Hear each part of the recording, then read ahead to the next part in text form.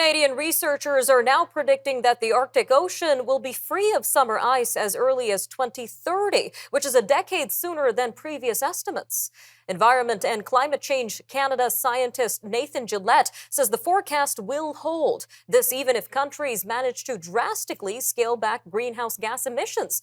Dr. Gillett says an ice-free Arctic will hasten the warming of lands around the waters, which is already warming at 3 times the global average. The study was published this week in the journal Nature Communications. Well, joining us now to unpack this study and the impact of an ice-free Arctic is Dr. Nathan Gillett himself, Environment and Climate Change Canada scientist and co-author of the study. Dr. Gillett, welcome to Forum Daily. Thank you. So from the sounds of it, this sort of warming is unavoidable, even if we do scale back our greenhouse gas emissions. So how should officials take this information and digest it?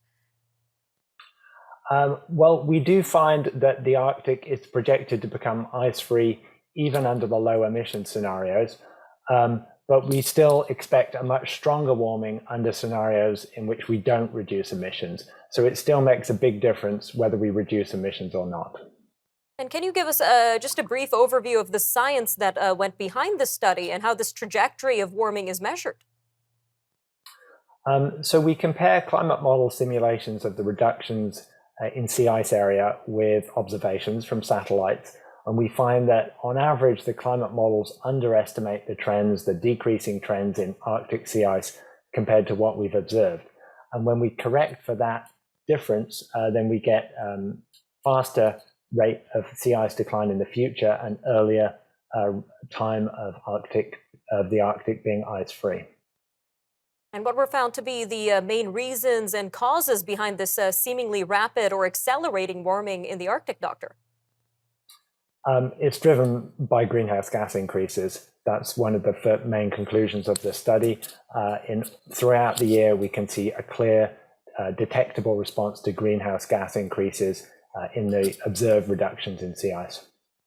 All right, Doctor. Now, in terms of maybe the broader impact of a warming Arctic, how do you see this impacting maybe global weather patterns, temperatures, and even the lands around the Arctic?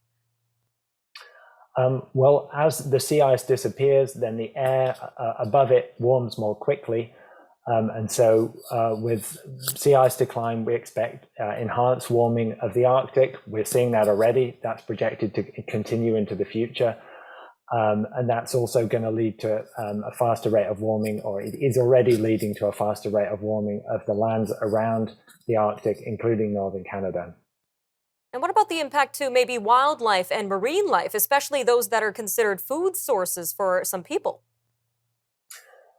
Yeah, absolutely. The decline in Arctic sea ice has big impacts on ecosystems, on animals like polar bears that depend on the sea ice for hunting. It has big impacts on Inuit communities and people that depend on the sea ice for hunting.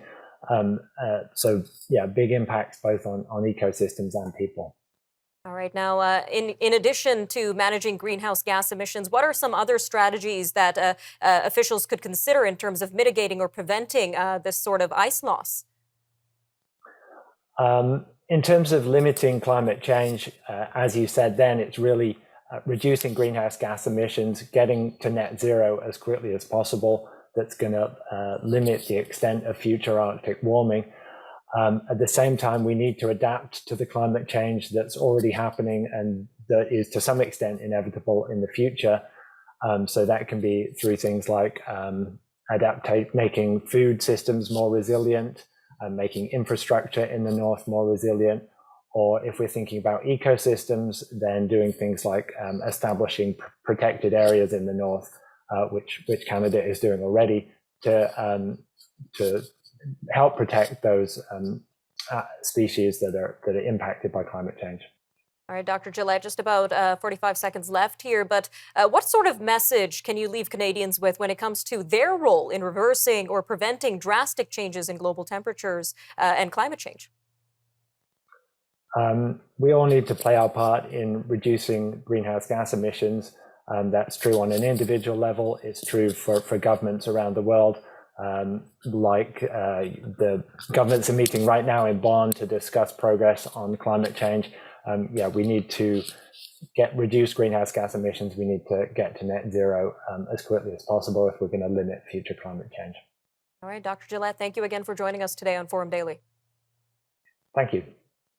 All right, we'll be right back after the break. We're going to take a look at the major news stories and headlines from around the world, of course. Rescues continue after the breach of a river dam along a front line of Russia's war in Ukraine. We'll have that story and more up next.